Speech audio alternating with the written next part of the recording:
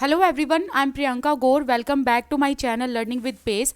आज हम लोग अलेक्जेंडर पोप के वर्क्स की बात करेंगे और इनके वर्क को हमने पार्ट में डिवाइड किया हुआ है। तो आज ये वीडियो है पार्ट 2। पार्ट 1 में ऑलरेडी हमने अलेक्जेंडर पोप के कुछ वर्क को पढ़ा था। आज हम पार्ट 2 में इनके वर्क को कंप्लीट करने की कोशिश करेंगे। और अगर आज की वीडियो में अगर इनके वर्क्स कंप्लीट नहीं हो पाते हैं अच्छे से, तो हम नेक्स्ट वीडियो में फिर इनके वर्क को कंप्लीट कर लेंगे।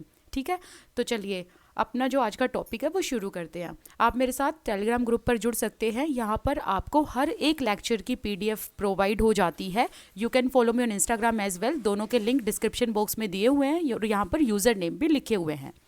चलिए स्टार्ट करते हैं आज का टॉपिक। चलिए नेक्स्ट स्लाइड।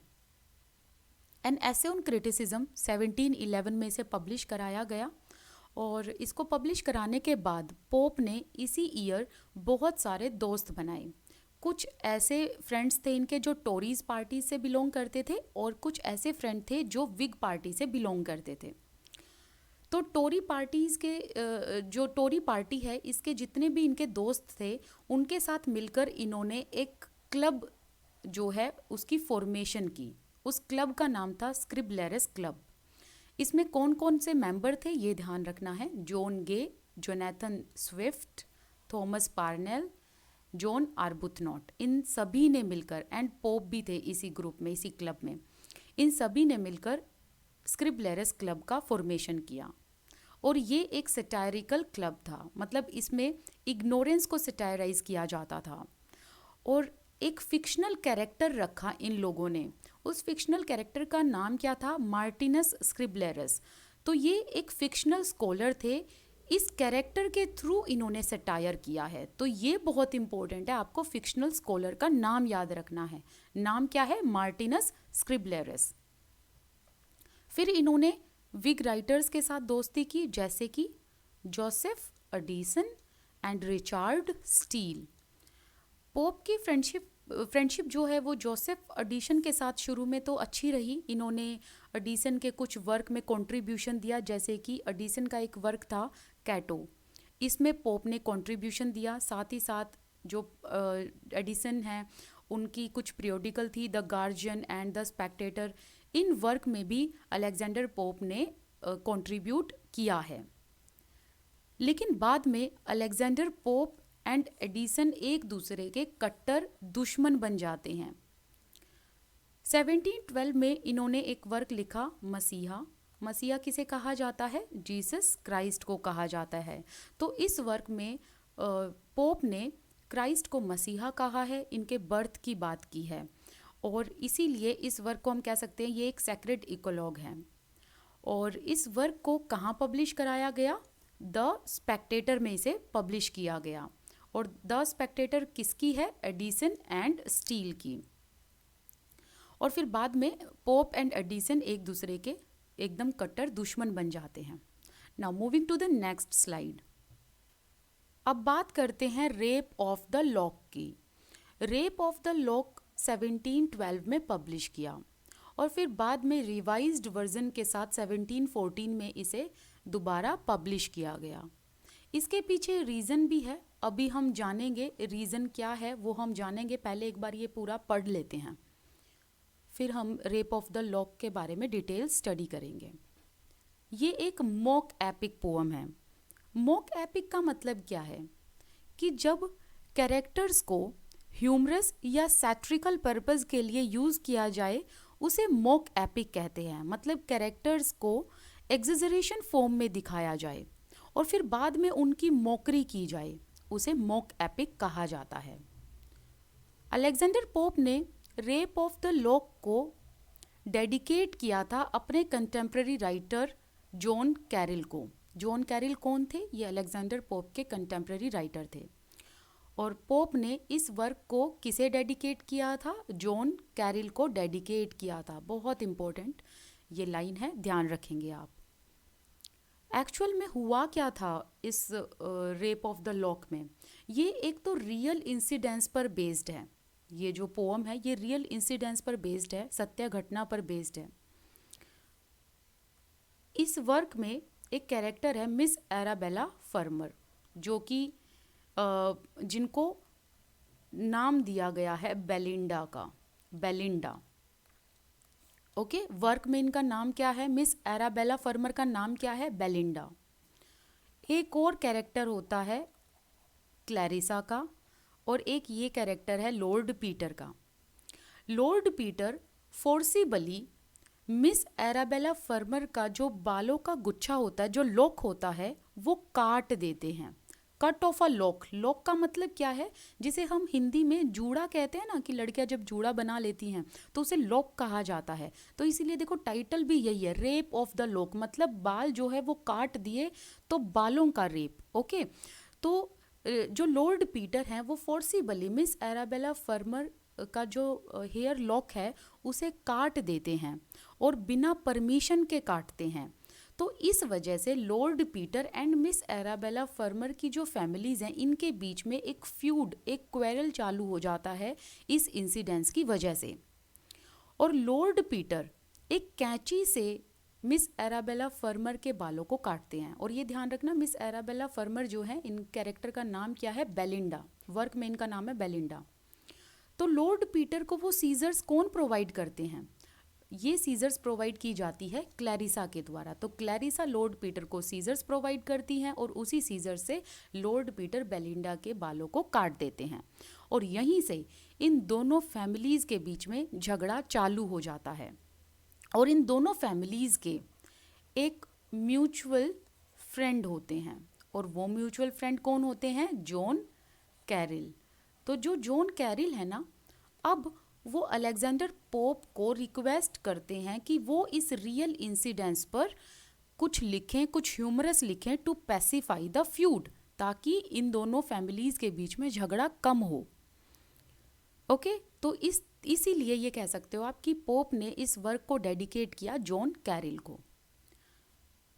डॉक्टर जॉनसन ने कोट लिखा है, उन्होंने कहा रेप ऑफ द लॉक के लिए, it is the most attractive of all ludicrous compositions. Rape of the lock को कहाँ पब्लिश किया गया, बहुत इंपॉर्टेंट है, लिंटोट्स मिसलनी में, मतलब लिंटोट जो थे उनकी मिसलनी में इसे पब्लिश किया गया 1712 में। याद रखना ये बहुत इंपॉर्टेंट है। And this work is based on the model of Boileau's work Le ल्यूट्रिन।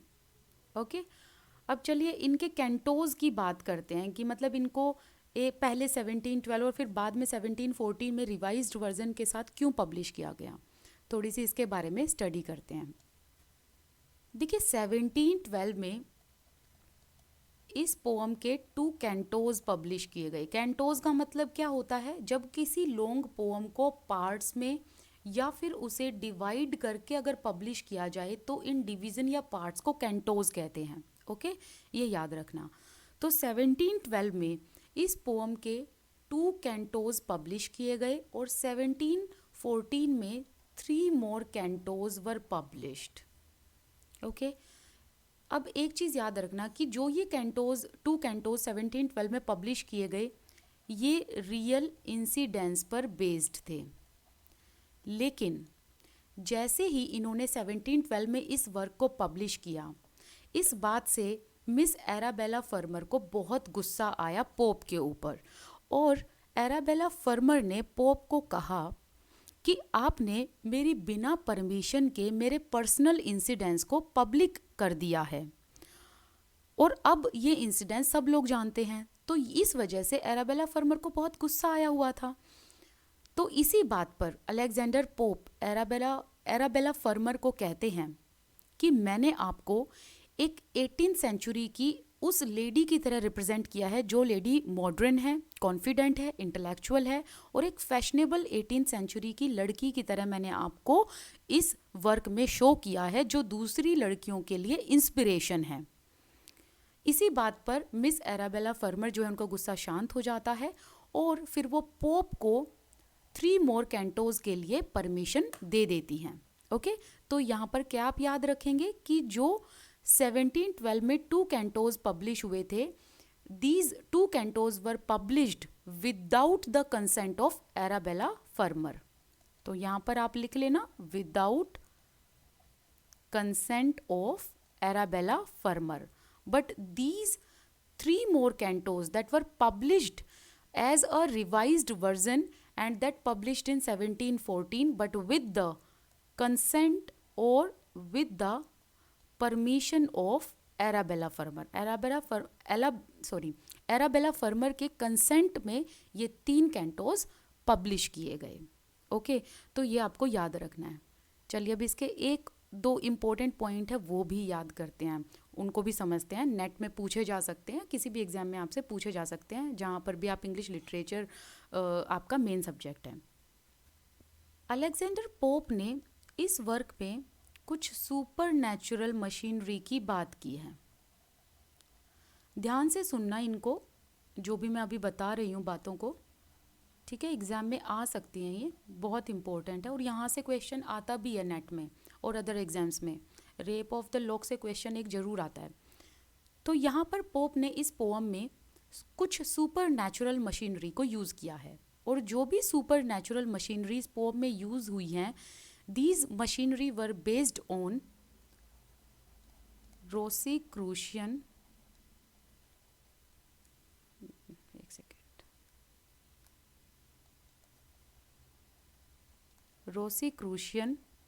mythology, or you can say Rosicrucian teaching,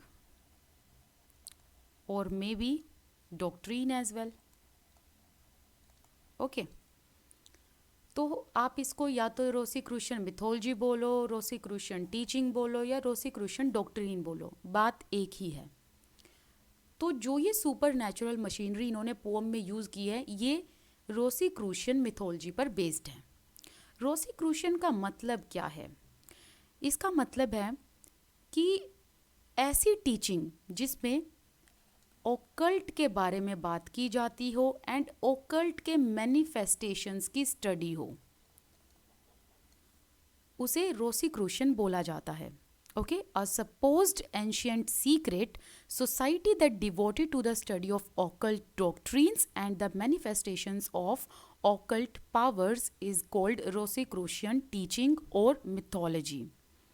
It combines the occultism and other religious belief as well. Occult के साथ other religious belief जैसे कि Jewish या फिर Christian या other religion as well, उसे रोसोक्रूशियन mythology बोला जाता है। तो इस पोम में किन सुपर नेचुरल मशीनरी का जिक्र किया गया है वो आपको जानना है। पहले बात करते हैं, उन सभी के नाम देखते हैं। 4 सुपर नेचुरल मशीनरी का यूज़ किया गया है। Sylphs, second one is nymph, okay, third one is gnomes, and मैं यहाँ पर फोर्थ लिख दूँ, फोर्थ वन इज सैलामेंडर्स। ठीक है, ये ध्यान रखना। आप क्या ध्यान रखेंगे कि जो भी इस पोम में सुपर नेचुरल मशीनरी यूज़ की गई है वो किस मिथोलॉजी पर बेस्ड है। इंपॉर्टेंट क्वेश्चन, रोसीक्रूशियन मिथोलॉजी पर। और किन किन सुपर नेचुरल मशीनरी का यूज़ किया गया है, उनके नाम क्या हैं? सिल्प्स, निम्फ्स, नॉम्स, सैलामेंडर्स। ये चारों का नाम आप याद रखेंगे। फिर और क्या याद रखेंगे आप? जो सिल्प्स एंड निम्फ्स हैं, ये इनका क्या नेचर कैसा दिखाया गया है? These are suppose to be good and sweet. लेकिन अगर हम नॉम्स एंड सैलामेंडर्स की बात करें, इनका कैसा नेचर? मिस्चीवियस, फ्यूरियस नेचर दिखाया गया है। ये भी ध्यान रखना, ठीक है। और जो सिल्प्स हैं, मतलब ऑल दीज 4 एलिमेंट्स और all these 4 super natural machinery were indebted और corresponded to respective names, respective elements. जैसे कि सिल्प्स एयर, निम्स जो है that is earth, and gnomes corresponded to water, salamanders corresponded to fire. So these are the elements towards which these supernatural elements were corresponded. Now सिल्प्स जो हैं उनका थोड़ा सा मैं बता देती हूँ कि जो सिल्प्स है, वैसे तो आप नेट पर देखें या कहीं भी देखें, रेप ऑफ द लॉक की आपको डिटेल स्टडी मिल जाएगी, लेकिन जो इम्पोर्टेंट पॉइंट है मैं यहाँ पर बस उन्हीं की बात कर रही हूँ, है ना। तो जो सिल्प्स हैं इनके पास पावर होती है और इनकी ड्यूटी ये थी कि ये बेलिंडा के हेयर एंड उस लेडी की ज्वेलरी को बचा कर रखे, उसको गार्ड करें। बट सिल्प्स के पास जो ये पावर होती थी ना, वो किसी काम की नहीं होती थी जब भी उनको यूज़ करनी पड़ती थी वो power. Like these power that the sylphs use to had, they were of no use in the moment of need. Okay, now moving to the next slide. यहाँ पर जो इम्पोर्टेंट बात जो एग्जामिनर आपसे पूछ सकता है, जो भी क्वेश्चंस आपसे पूछ सकता है एग्जामिनर, वो हमने कर लिया है। Next one is translations of Iliad. Alexander pope ने अपने मिडिल पीरियड में होमर के 2 वर्क्स को ट्रांसलेट किया। एक तो किया था इलियाड को और एक किया था ओडिसी को। पोप बचपन से ही होमर से बहुत ज़्यादा फैसिनेटेड थे। होमर की राइटिंग्स को ये पढ़ते थे और होमर को इमिटेट करने की कोशिश करते थे। तो पोप जो है वो होमर को प्रेज़ किया करते थे। तो पोप ने जब इलियाड का ट्रांसलेशन किया तो ये कब अपीयर हुआ ट्रांसलेशन? Between 1715 and 1720। तो जब ये ट्रांसलेशन अपीयर हुआ तो उसी बात पर रिचार्ड बेंटले ने कहा, it is a pretty poem mister pope but you must not call it Homer. Bentley का मतलब क्या था ये बात कहने का? बेंटले कहते हैं कि मिस्टर पोप, जो भी आपने ये ट्रांसलेशन किया है ये अच्छा ट्रांसलेशन है, अच्छी पोम है, but do not call it Homer, इसे होमर मत कहो। पर तो इन्होंने ये यहाँ पर रिचार्ड बेंटले ने होमर नाम क्यों लिखा? देखिए, जब पोप ने इलियाड एंड ओडिसी का ट्रांसलेशन किया तो इन दोनों ही ट्रांसलेशन को कंबाइन करके एक नाम दिया गया, ट्रांसलेशंस ऑफ होमर। ओके, ये नाम दिया गया। इन दोनों को कंबाइनली जब रखा गया तो ये नाम दिया गया। तो इस वजह से बेंटले ने कहा कि पोम आपने अच्छी लिखी है, ट्रांसलेशन सही किया है, बट इसको प्लीज़ होमर मत कहो, इन ट्रांसलेशन को होमर का नाम मत दो। तो बेंटले जो है वो डायरेक्टली ये बोलना चाहते थे कि पोप आप गुड राइटर हैं, बट आप कभी भी होमर की तरह या होमर की तरह कभी आप बन नहीं सकते, उनके जितना अच्छा आप लिख नहीं सकते। इस बात से मिस्टर पोप को बहुत गुस्सा आया और मिस्टर पोप तो वैसे भी किसी को छोड़ते नहीं थे, तो ये भी जो है सटायर करने में कम नहीं थे। तो न्यू कैथलिक एनसाइक्लोपीडिया से ये हमें पता चलता है कि पूरी लिटरेरी हिस्ट्री में जितने एनिमीज़ पोप के थे उतने किसी भी अदर पोइट के नहीं रहे हैं। फिर जो है इन्होंने ओडिसी का ट्रांसलेशन किया 1725 टू 1726 में। एक चीज़ याद रखना कि जब पोप ने इलियाड का ट्रांसलेशन किया था, इन्होंने खुद किया था बिना किसी की हेल्प के।